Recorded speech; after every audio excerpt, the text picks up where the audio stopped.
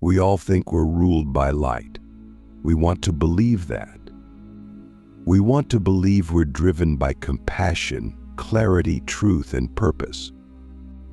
But the deeper I've gone into the spiritual path, and I mean really gone deep, beyond the fluffy mantras and into the raw architecture of the soul, I've realized something that shook me to the core. Most people are ruled not by light, but by shadow pretending to be light. And unless we have the courage to be honest, to really sit with the mirror, we will spend our entire lives thinking we're awake when we're actually just spiritually anesthetized. The truth is, both energies live inside us, light and shadow, but only one rules our field at any given time. And the question is not which one are you more of, but which one is silently driving you when no one's watching.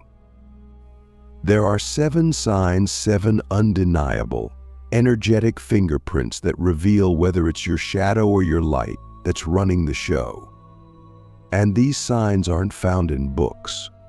They're found in how you respond when life breaks your plan, when someone triggers you, when your ego gets threatened, when your validation sources disappear. One of the first signs is this: are you creating to serve, or are you creating to be seen? It's subtle. Shadow often hides behind spiritual achievement. I'm helping people, it says. But underneath, there's a hunger to be validated, to be admired, to be special. And that's not evil, it's just unconscious. Light creates because it must. It overflows. It doesn't need to be seen. It doesn't even need to be understood. It creates because truth wants to move. Shadow creates to fill a hole. Light creates to transmit wholeness. Another sign is how you respond to discomfort. Light energy welcomes it. It leans in. It knows that discomfort is where truth lives. But shadow runs from it, or worse, it spiritualizes it. It says, this is low vibration. I don't align with this. But that's not alignment. That's avoidance dressed in cosmic language. Real alignment doesn't reject discomfort, it integrates it. It says, if this feels off, let me look deeper. Let me hold it. Let me ask what part of me is still trying to control this situation. Because light doesn't control. It trusts the process, even when the process is chaotic. Shadow wants to skip steps. It wants to jump straight to the manifestation without facing what still needs to die inside. So I ask you this: when was the last time you let something fully die inside you without trying to resurrect it prematurely? Let's talk about your inner voice, not the one you project to others, the one that whispers when you're alone. Is it compassionate? Is it honest? Or is it filled with subtle shame? Because here's the paradox: when shadow rules you, the internal dialogue is either hypercritical or excessively permissive. It's either you're never enough or you don't need to change anything. Both are distortions. Light speaks with clarity and compassion. It tells you the truth, but never to wound you. It speaks to your core, not your ego. Shadow either attacks the ego or coddles it, both to avoid real growth. So check in. Does your inner voice correct you from love, or does it stab you with guilt? Does it hold you accountable or keep you comfortably asleep? Then there's how you deal with power. This is a massive one. Shadow either fears power or abuses it. It either rejects responsibility or tries to dominate. Light, on the other hand, embodies power without performance. It doesn't need a stage. It doesn't need applause. It doesn't need to prove. It just is. When light rules you, you become a portal of influence, and people feel it without you needing to say a word. When shadow rules, you either shrink out of fear of being too much, or you inflate because the silence inside is unbearable. So ask yourself, when you feel powerful, does it come from presence or performance? From truth or tension? Finally, look at your triggers. Shadow reacts, light reflects. It's that simple. When someone disrespects you, criticizes you, or questions you, do you get defensive? Does your body tighten? Do you snap back, justify, explain? Or do you pause? Do you breathe? Do you ask, what part of me is still tied to this identity? Light doesn't need to protect its image. It has nothing to defend. Shadow is obsessed with image. It feels threatened by truth. And here's the deepest trap. Shadow will convince you that your reaction is righteousness. It will say, they disrespected me, and I'm standing in my power. But if it's coming from contraction, not clarity, it's still shadow. Power without presence is just ego in costume. And this brings us to the uncomfortable truth. Most of us are ruled by shadow more often than we admit. And that's not a failure. That's the starting point of real awakening. Because if you can see it, you can transcend it. If you can name it, you can reclaim your energy from it. But if you hide it behind spiritual lingo, behind performance, behind curated light, you stay stuck. So here's the question that might change everything for you. What if your next level of power isn't about becoming more light, but about becoming more honest about your shadow? Not demonizing it, not denying it, just facing it, holding it, listening to it, and then choosing again from awareness, not reaction. Let's go deeper. This isn't about theory anymore. This is about energetic pattern recognition. You see, the soul doesn't lie, but the ego does beautifully, subtly, and with spiritual vocabulary. If you're not trained to read the energetic mirrors of your own life, you'll start calling your shadow intuition and your trauma boundaries. So how do we tell the difference? How do we know if we're actually expanding or just camouflaging the same old patterns in new age packaging? It starts with the mirrors. Life will always arrange itself to reflect your dominant frequency, not your desires, not your beliefs, not your affirmations, but your actual frequency. And your frequency is a composite of your shadow and your light, of what you've integrated and what you're still hiding behind. The first mirror is your relationships. Not the ones you post about, the ones that trigger you, the ones that drain you, the ones that make you feel like you're constantly explaining your worth. If you consistently attract people who don't see you, don't hear you, or don't honor you, ask yourself, where am I still abandoning myself silently? Shadow doesn't just show up in toxicity. Sometimes it shows up in overgiving, in rescuing, in being the strong one. That's not light, that's unmet pain performing stability. Light doesn't overextend. It radiates, it holds. It doesn't chase connection, it becomes the field that others align with or exit. So if your relationships feel chaotic, it's not a sign something's wrong with them, it's a sign something's out of resonance in you. The second mirror is your body. Your body is your most honest spiritual feedback loop. It can't lie. It doesn't care about your image. It only responds to truth or distortion. Chronic tension, fatigue, gut issues, inflammation, these aren't just medical.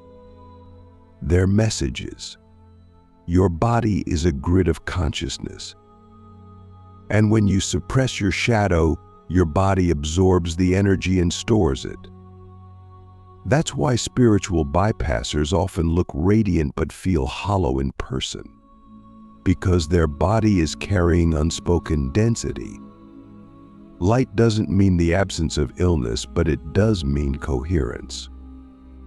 When your energy is congruent, your body begins to regulate.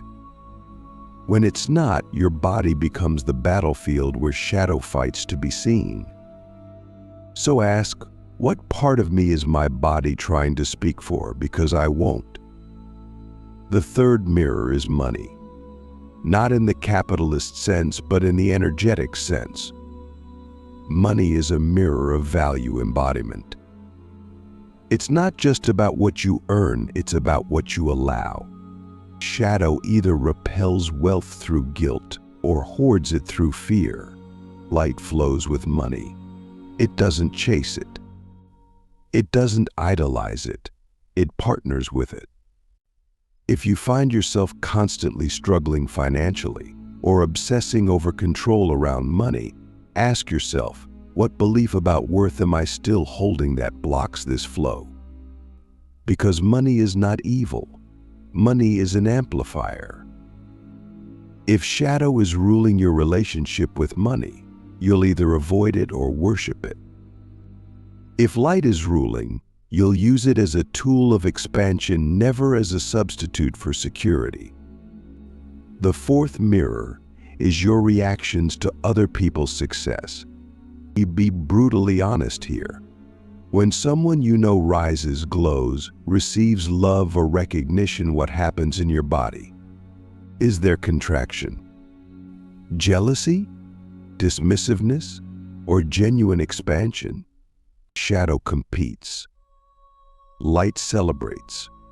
Shadow wants to be the only one. Light knows truth is not scarce. The way you respond to others' success will show you exactly what you believe is possible for yourself. If you can't celebrate others, you're still living in a frequency of lack dressed as independence.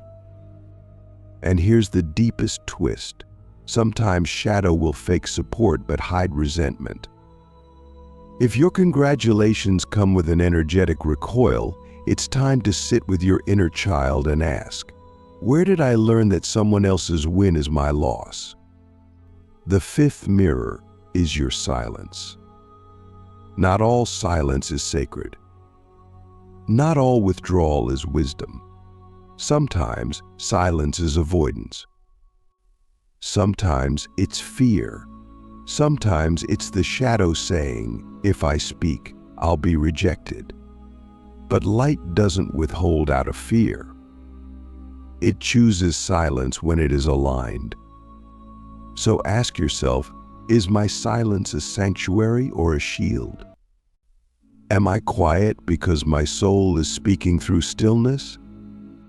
Or because my shadow is afraid of being seen in its vulnerability? The quality of your silence tells you who's ruling your field. Shadow uses silence to disappear.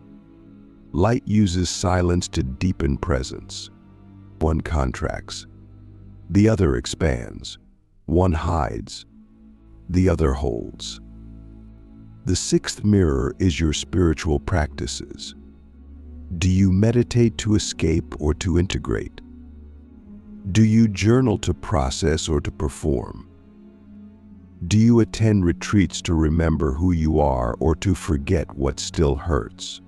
Shadow can hijack even the purest rituals. It will turn breathwork into a bypass. It will turn healing into identity. It will turn devotion into dissociation. But light practices from embodiment. It doesn't need to feel good all the time. It needs to feel real. The question isn't, do I do the work? The real question is, does my work bring me deeper into honesty or help me avoid it with prettier language? And the final mirror, the most sacred one, is your capacity to be alone without stimulation. No music, no phone, no books, just you and your field. What rises in that space? Joy, peace, or panic? Many people think they're ruled by light because they can quote every spiritual text in existence. But when left alone, they can't sit in silence for even 10 minutes. And that tells the truth. Because if you can't sit with your own field without numbing, you haven't met your whole self yet. Light is not entertainment. It's presence. It doesn't need noise. It is the signal. So try this.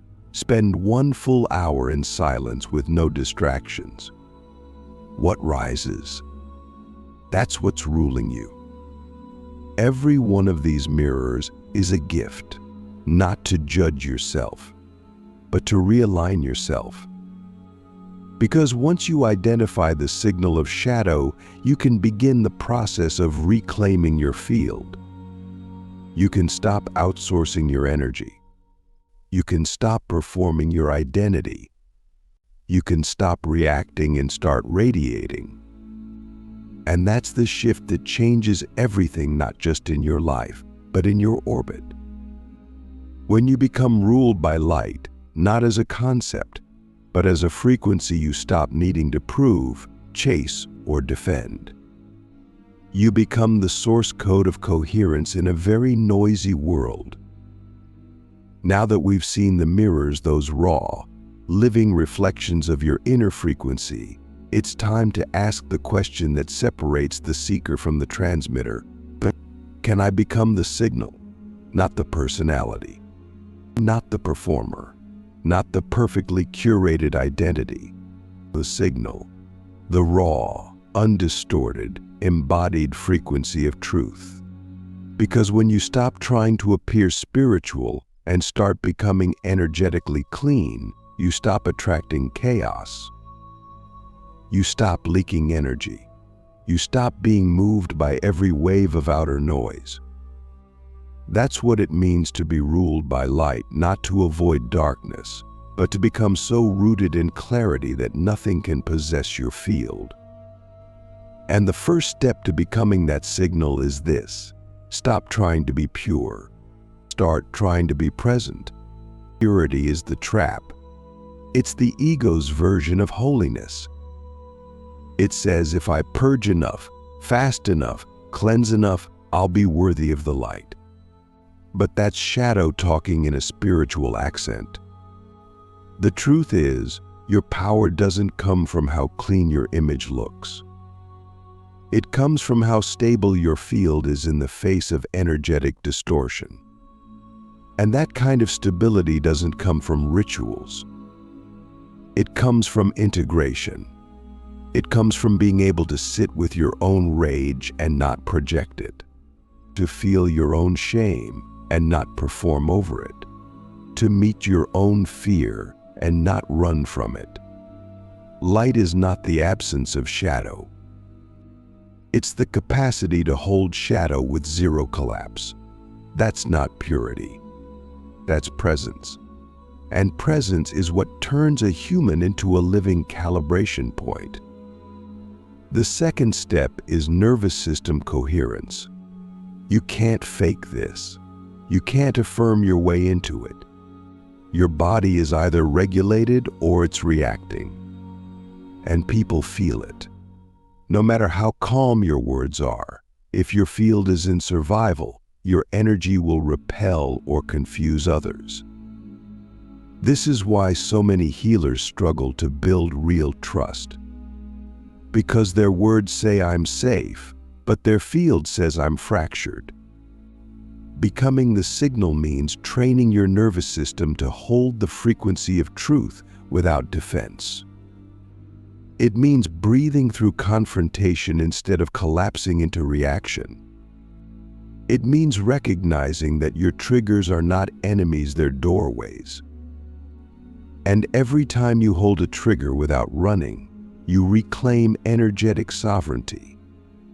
And that's what makes you magnetic, not your content, not your charisma, your coherence.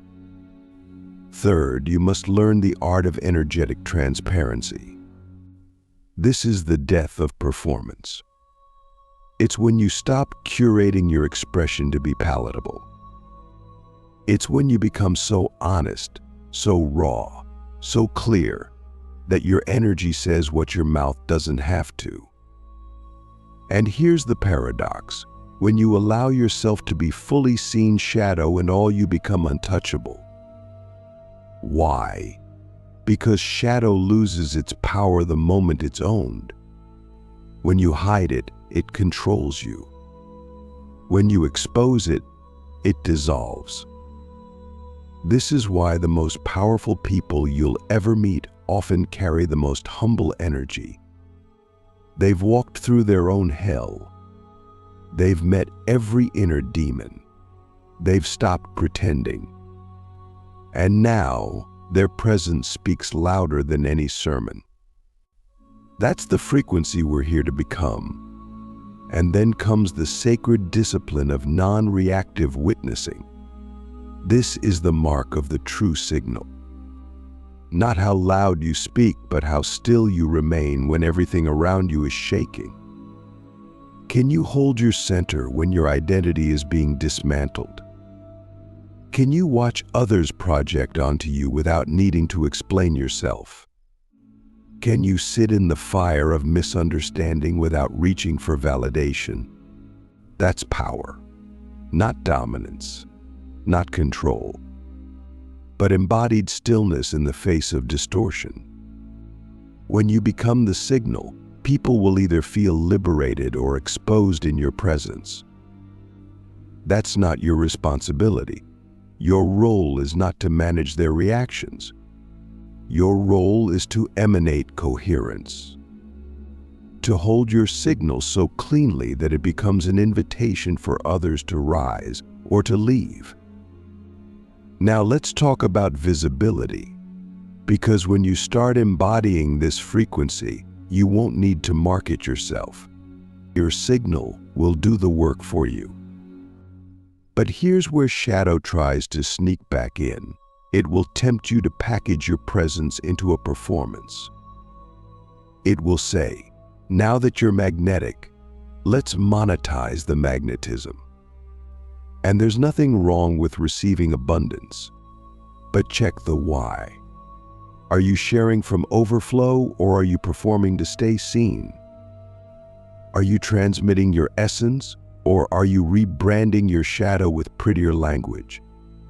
This is where most spiritual leaders fall, not because they're fake, but because they stopped being the signal and started becoming the spectacle. And the world doesn't need more spectacles. It needs anchors of truth. Finally, this is the hardest part. You must let go of needing to be understood. When you are ruled by light, you will often feel untranslated. People won't always get you. They'll misinterpret your silence. They'll question your clarity.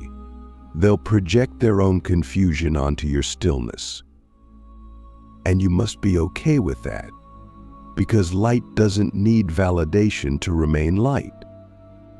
It doesn't need confirmation to stay coherent.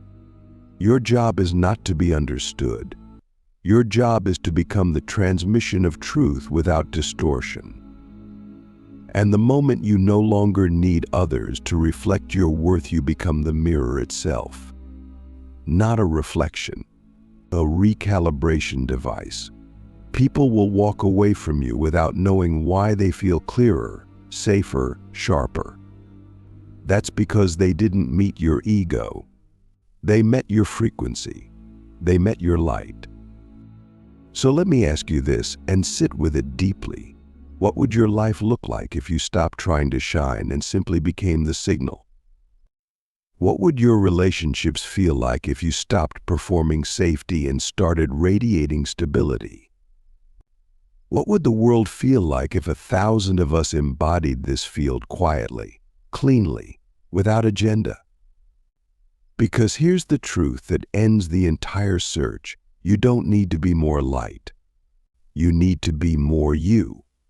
The version of you before the performance, before the programming, before the pressure to be palatable. That version of you isn't becoming light. It is light. Not the kind that blinds, the kind that reveals dot. And when you become that kind of light, you don't just rule your energy. You rewire the world.